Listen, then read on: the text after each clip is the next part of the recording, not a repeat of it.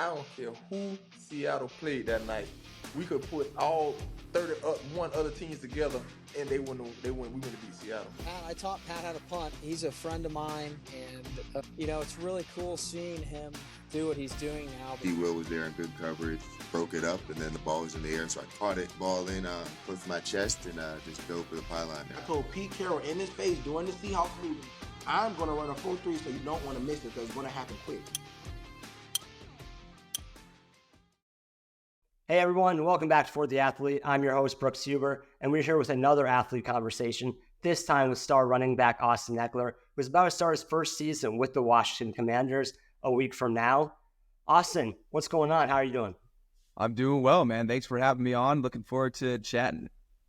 Oh yeah, hey, me too. A lot of people know you as the two-time touchdown leader with the Chargers and the fantasy football guru, but a lot of people don't know a lot of things about you, and that's what we're going to uncover over the next 20 minutes. And one of those things is that you're a passionate entrepreneur. You just launched an app called Eksperience. I've been on the app. I love the vision with how you're connecting athletes to their fans. How did you come up with Eksperience, and what's the end goal with it?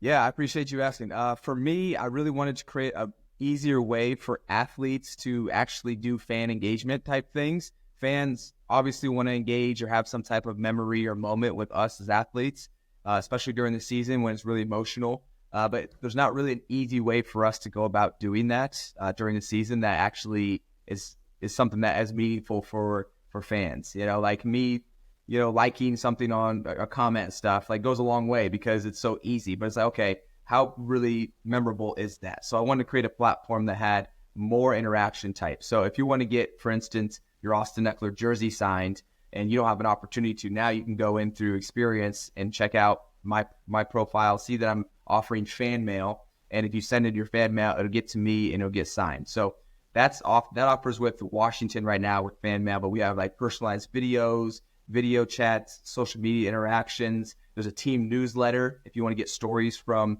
the team, you can go in there and sponsor the team. You get a newsletter every single month. So a ton of different interactions on Eksperience, and really wanted to make it easy for athletes, and that's what I've done. I love that. How were you able to get all these athletes on board? Because I see you have your alma mater, Western Colorado there. You have a bunch of NFL players. I mean, what was your pitch? Yeah, so we are definitely new. We've been around for about 2 months now, and I understand the pain points of being an athlete and doing fan engagement, and I have been using those pain points as things that we're going to solve for with Eksperience. Oh, and by the way, it's spelled E-K-S, like my last name, Ekeler, so X. And that's awesome, by the way. Who is in charge of putting that together? Because so we were trying to think of a name, and we were thinking of like different ways to like play off of my name, my last name, my first name, and Eksperience was definitely a home run, and we've stayed with it ever since. So it's great. Yeah, it's incredible, by the way. Kudos to you guys. Hey, because we say we're about the real fan experience. That's what we say. And so how have I been getting these guys on? I know their pain points, and they understand that. And so when I talk to these guys, I'm like, hey, this is going to be the easiest type of fan engagement you've ever done, but you're also going to give something meaningful to the fans as well that they're not going to be able to forget. They'll always have that moment where they remember when you were talking about either the game coming up or you signed their jersey or so on and so forth. So that's how I've been getting guys on. And like I said, we're early on and we'll keep adding as we go. When a fan buys an Eksperience, how much of the money goes to the athlete? Yeah, so there is compensation with this because our athletes are definitely pressed for their time. It's very limited.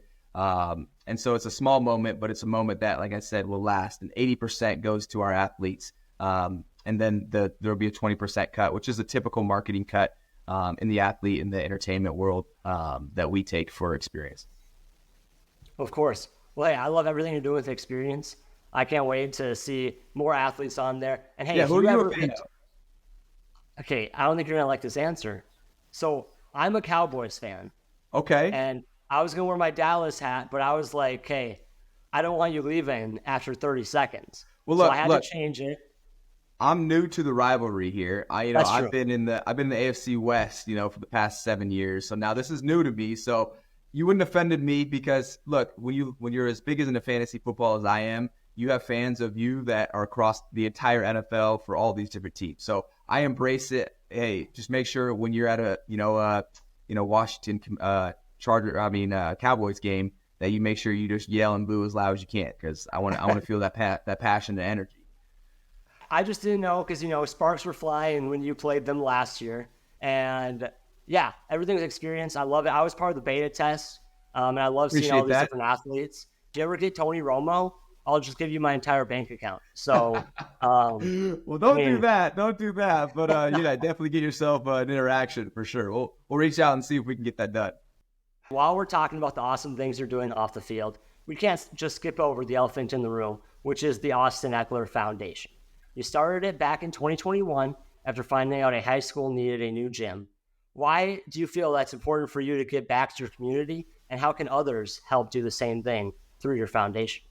Yeah, absolutely. So I really, really am close to the gym, and I love the different transferable skills that it can build within oneself, and really for a low cost, but besides your effort and actually going and showing up.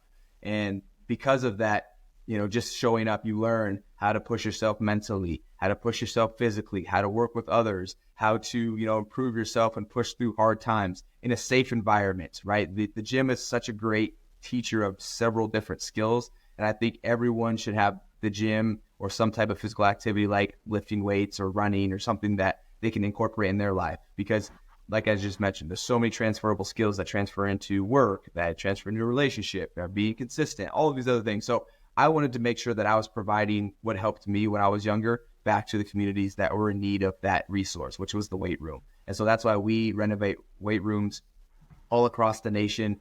We've done 5 up to this point. So these are big projects. They take a long time to build, as you can imagine, and get equipment and shipping and all of that. So it's been slow but very impactful, and we'll continue to ramp it up. But if you want to learn more about our project, we've done washers and dryers, school equipment, all tangible items that we can put back into the community. You can check it out at eklerfoundation.com. Awesome. Well, hey, to help, I want to challenge you this football season. For every touchdown you score versus my Cowboys, I'll put up $50 to the Austin Ekeler Foundation. Hey, I appreciate that. I appreciate that pledge, man. Thank you so much. Of course. So you have 2 tries at it. Yep. I want you to score touchdowns. Just don't go nuclear because I still want the Cowboys to win. I think the most I've ever scored was 4 in one game, and so that was. Oh, I know. You run my fantasy team for that, and hey, I appreciate it. Let's go. Yeah, that was that Sunday night game against the Steelers. So that's the ball. Well, yeah. Seriously though, I love everything you're doing, and if it can, do some fun while I'm watching the Cowboys game, why not? Yeah, absolutely. Well, I appreciate the pledge, my friend. Well, so before we talk about why you signed with the Commanders, because everybody's wondering, and you're pairing up with Brian Robinson, I'd love to talk about your first running back duo that you were a part of with Melvin Gordon. So in 2019, you were named the starter with Melvin's contract holdout lasting 4 weeks into the season, and you never gave it back to him, basically. What do you remember from that time in your life, and how come you weren't starting sooner? You scored 6 touchdowns in the first 2 games. Yeah, I wouldn't say I never gave it back to him. He definitely was in that spot when he came back. Melvin was definitely a big impact on my career early on. And, he came into a situation where he wasn't liking what he was getting offered in his contract. And you know how that goes out with the holdouts and stuff like that. But, in the past, I had definitely been playing well. And now I finally got the opportunity to show, hey, Austin, can you be a starter in this league? And then for those first few weeks, I was continuing to play at the level that I was playing at, which was pretty high. And then, I never necessarily went back to being necessarily like a true backup where I'm on special teams and stuff like that, because I just was strictly offense, and I was able to make an impact there. But definitely really appreciated my time with Melvin, and I see that same type of maybe duo that we have with Brian Robinson here coming back. And no telling how it's going to play out, but Melvin and I definitely were a force to be reckoned with when we were both rolling back in those days. Of course. Well, so did his holdout change the way you approached your own contract situations with the Chargers last year and in 2020? So not necessarily. I was in a situation where they had my contract. They had 1 more year on my contract. So really I had zero leverage. I didn't have any guaranteed money. And so I was in a situation where, hey, if I can get anything extra because of the way I've been playing, and because how we had negotiated my contract wasn't on the terms that I'm playing on, it was, hey, that you're going to not be the workhorse back. You're going to be splitting carries just like you did with Melvin Gordon. And that obviously never happened. So that was what I was using as leverage to try to get a bigger contract and extend myself, because I was that workhorse back. I was that predominant person in that backfield. I was playing at not a high level, the highest level in the league during those 2 years beforehand. So definitely gave the Chargers a discount based off of what happened, and so was trying to get some of that value back. A discount is putting it lightly. You scored the most touchdowns out of anybody in a 2-year stretch. Come on, Austin. Right. Wait, while we're on the topic about talking about contracts, you signed a 2-year deal with the Commanders this offseason. I know the Chargers were cleaning house with a new GM, new head coach, new receivers, you name it. But were you close to staying in LA? And how many teams were you fielding offers from? Not even close. I think they had made up their mind that they wanted to clean house and they wanted to start over, it seems like. Get rid of some of the predominant playmakers and the skill positions over there. And that's what it was. They brought in a whole new type of philosophy with, Harbaugh. And I mean, I can't blame them. It's their organization. You do what you want to do with your organization, but it just wasn't aligned with what I was trying to do with my career, where I feel like I'm still at. And so that was an easy decision to move on from them. As far as the contracts, as far as the community now I still love the community, still love the Chargers fans, all of that. Like, that was definitely the hardest part. And okay, now I'm going to have to up and join a whole new community, which has been welcoming over here in Washington. So I've really appreciated that. But it was a bittersweet moment. But then also now, like I said, or you said, found myself, in a 2-year situation out here in Washington and looking forward to this new adventure. Yeah, were there any teams that you were close to going to? I know the Cowboys aren't shelling out too much money, but I would say there was like 5 or 6 teams that really reached out, but there was such a frenzy for the running backs right after right, because there had been the 3 guys that were franchised, and so they were going to be available. My contract was coming up. There was a couple others that were coming up, like Aaron Jones, Josh Jacobs was the guy that's franchised. So there was a lot of us. Derrick Henry, another one that were coming up. Joe Mixon as well. So it was about to be a frenzy, and so there was like, okay, who's going where? Who wants who could fit into the right system where? And I feel like I landed myself in the best position for myself as what I'm looking for. Going back to when I had my first success and when I was playing at my high level at the beginning of my career, being in that type of environment. So that's why I ended up where I'm at. I love it. Wait, I almost feel bad for Herbert because he lost you, Keenan, Mike Will. I mean, hey, almost feel for the guy. It's a new opportunity for some other guys to step up out there. So, he lost some of his bigger name guys, but like I said, it's now an opportunity for these younger guys to show up and step up and show, hey, I can make an impact too. And if not, then that'll be something that they'll have to go and address in the draft and free agency next year. Yeah. Wait, something that people don't talk about enough is like the actual move from going from one team to another. How are you and your wife adjusting from the change from the West Coast to the East? Yeah, it's been a lot, as you can imagine.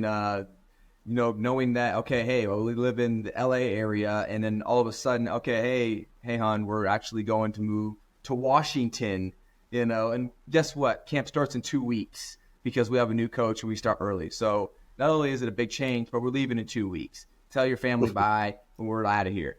So it was right. It was a big jump. I came out here by myself for the first few weeks just to get acclimated and be with the team and everything. And so it took a little bit longer to kind of make the move because she had some work and stuff scheduled. But yeah, that's not easy. It's really not easy at all because I had to find a new place to live. I need furniture. I got to get a car out here. And so for the most part, I was living in a hotel and taking a bus to our shuttles, taking our shuttles to the facility and back, and kind of just hanging out in my hotel room trying to get everything figured out for the move. Well, yeah, so you're not driving from the West Coast to the East? No, I did not make that drive. I definitely flew and then shipped the car out because that's a lot of miles and a long time to make a road trip that I was not trying to make. Yeah, I don't blame you.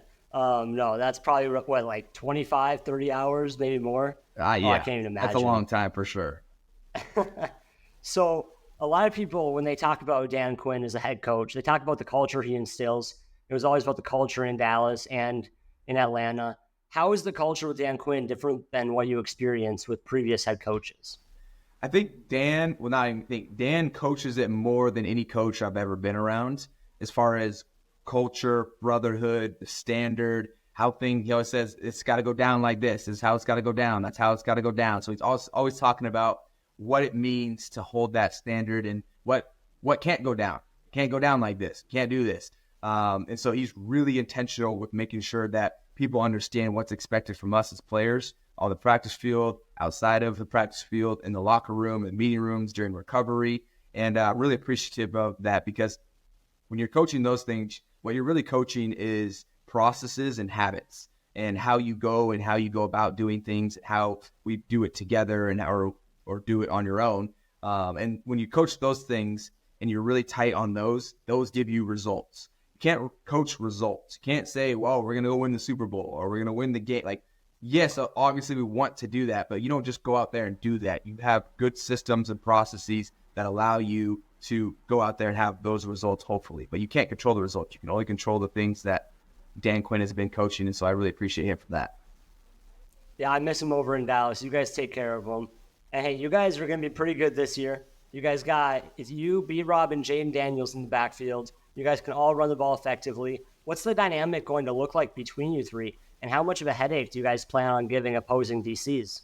Yeah, if you go back and watch any of Jaden's tape in college, then he can run, which has definitely been showing up even in the preseason games. So, there's something that's really annoying in this league. It doesn't matter what team you're on, but it's, when it's third down and you have a quarterback that's mobile who scrambles for like 13, 12 yards and gets a first down. And it's one of the most annoying things, whether it's the worst. Like when it's your team, you're like, yeah, but when you're on the other team, it's like, come on. And so I'm looking forward to seeing him come alive, making plays with his feet, obviously us making plays around him as well. But when you have someone that's mobile, can throw the ball, and it's been as detailed as Jaden has been, then it's a combination for a really good turnout. And now it's up for us around him as playmakers to make sure that we help him live up to the standard that he's been held up to. Well, yeah, so you played with Justin Herbert when he was a rookie. You've been around Jaden Daniels this camp as a rookie. Where is he at in comparison to Herbert in his first season? Because Herbert came out firing. He came out as one of the top premier quarterbacks as a rookie. Oh, yeah. And I think what Herb had, too, around him, too, was, remember all of the different players that he had around him as well. And so I think that's a similar situation to what we have with Jaden right now, where we have Zach, we have myself, we have Brian, we have Terry. Like, we have a lot of playmakers around him that have been around, that are veterans, that can play at a high level. And when you have someone that's as talented as Justin or talented as Jaden, they come into that environment, it's a great opportunity for you to go out there and thrive and put yourself on the map as far as, hey, I'm a real quarterback. And so Justin obviously did that and has continued to do that up until this day, and now it's Jaden's turn to show that he can do it as well. Well, he has a great chance to win Offensive Rookie of the Year, and hey, you have a great chance to put up some fantasy points. Let's talk about fantasy football. I just did a 32-man league with all of my followers. That's and disgusting. It's tough. No, it's disgusting. But Does I everyone do apologize. draft the quarterback first? I did. So I took Lamar. I picked 20. I traded back from pick 8 to go take Lamar. And then I have Devon Achane because I'm like, that guy's a dog. And then I took Amari Cooper, and the rest of the team looks terrible. So yeah, 32 teams is tough. That's the most I've done is 20, and that was brutal. Well, so the fun thing about this league is I call it the Survivor League. So each week a team gets eliminated, and their players hit free agency. And you can bid on them with like fab money. So it's going to be pretty fun. But I couldn't draft you in this league. So I'm at a tough spot. I need to trade for you before they know I have this interview in place, or else your value will skyrocket. So I need to trade for you. But what can fans expect from you this season? How many air guitar celebrations are they going to get? I love it. So look, everyone in this league is judged off of what you did for me last year. And obviously last year, first game coming out, I have 150 yards and a touchdown, and boom, also a high ankle sprain. And so dealing with the ankle sprain all year, and then also our team was going through some stuff as well. And so kind of put out for, a down year for your boy, unfortunately. And, saw that going into, my contract year, which also hurts in multiple ways. But for me, it's like, look, I'm back. I'm healthy. which is the number one thing that you're going to see number one thing that if you see Austin healthy, hey, it's probably going to mean good things, not only in the fantasy world, but also, on the actual field as well. So that's what I can give you. A healthy Austin is putting up some points. And so I'm looking forward to going out there, staying as healthy as I can and making an impact not only on my own team, but in everyone that has to know fantasy as well.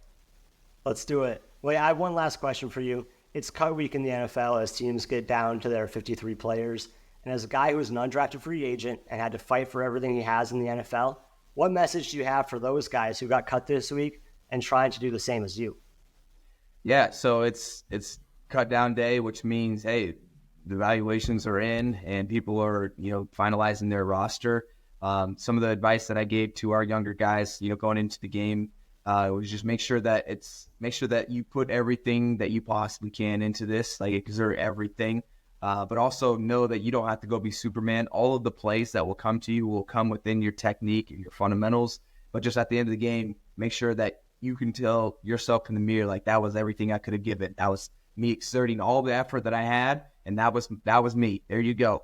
That's my resume. Because if you do that, you'll be able to live with that. And regardless of the result, obviously you want to make the team. But no matter what, if you go out and exert everything you possibly could have and you feel like that, then you'll be able to live with yourself, not thinking, oh, it was something that I didn't do that caused me to fail. If I would have just done this or done that, you don't want to do that to yourself. So that's been the advice. And now on this day, the chips fall where they fall. And, it's not only, it's not the only day, it doesn't mean this defines you as a player or anything like that. It just means if you got cut, maybe it's not your time right now and you got to get back to work just like all of us do. And so that's what this day is about. This day is about learning where you're at, where you're valued in the league. And, learning of, hey, what's the progression that I need to start focusing on now, whether it's on special teams, trying to get back into a league, or I'm on practice squad, trying to get on the active roster.